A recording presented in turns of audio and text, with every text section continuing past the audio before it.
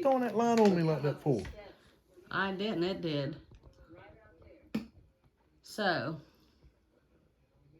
tomorrow's the big day. And you're going to record it. No, I forgot I was recording, to be honest with you.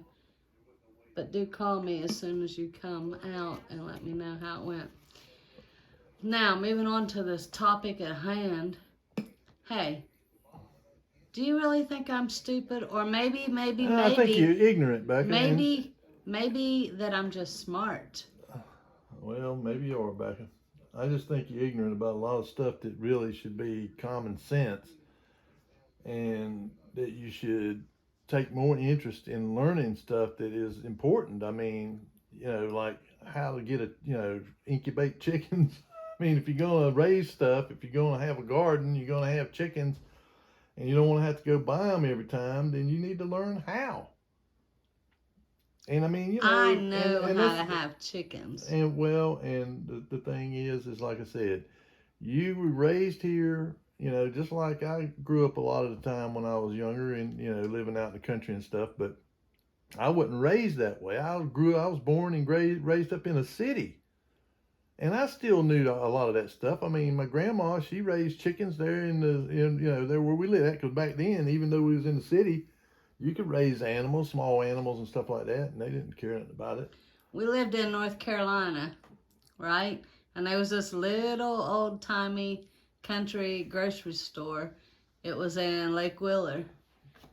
And this guy that owned the place, he was such a great man. I loved that man in that store. Yeah, Frank. And Tootie, he has all these stories, man.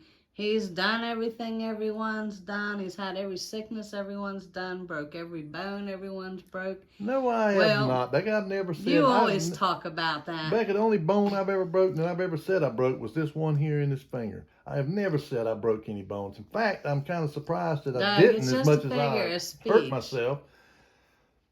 And I have had sicknesses, Becca, but I ain't had everything everybody's had. I've had the flu like anybody else. I had my gallbladder took out. I mean, I'm trying to tell a story here. So there's this guy. You're trying to make me out to be something that I ain't said and I ain't done. No, I'm not. Yes, you are. No, I'm not. There's this guy named Frank that worked at this old-time grocery store type thing.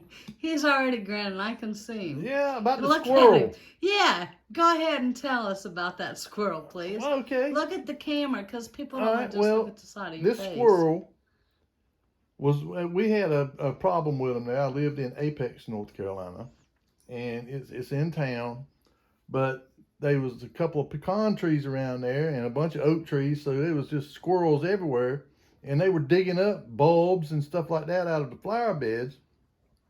So we started trapping them in a cage and hauling them off over to my wife's brother's house, because he had pretty good sized piece of land there.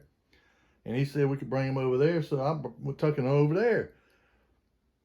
And it was about 4 or 5 miles away. Well, this one particular squirrel, and you couldn't not know this squirrel because he had a flat tail, and it was bobbed off. It was only about that, it was about that long. It wasn't long like that, and it was flat. So I guess he got run over by, it was run over by a car or something, or either he was born that way. But anyway, we caught him, took him off. And like a week or so later, that squirrel showed back up. Because there wasn't no other ones around there with no flat tail like that. How do you know? I never saw them. Now, Doug. And that's exactly what Mr. Frank told him, too. Tootie told him that story, and Mr. Frank said, "Oh, now, Doug." Yeah, well, it is nothing, there's nothing strange about that, Becca. I mean, that's why they tell you to haul them off at least 5 miles to try to keep them from coming back, because animals will go back to where their nesting areas are. Whether it's squirrels, dogs will do it, cats, deer, bears. I mean, they've trapped animals. I know a guy around here, a DNR guy, told me they trapped a bear. And they took it to this place where they dump them off at. That's, fairly remote. where, you know, in a lot of forested land.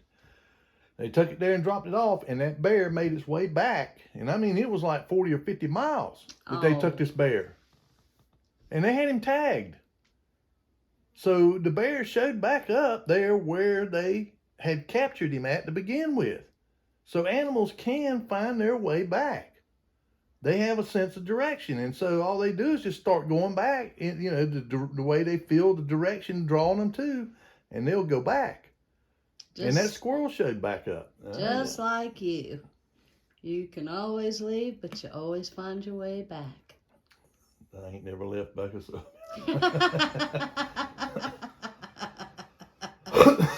So that ain't true. Love you, treasures, and we will see y'all on the next one. Remember, you're all beautiful, and keep on smiling. Look and give it a smile, Doug. Tootie, oh my gosh, you didn't. Now I got the hiccups, man.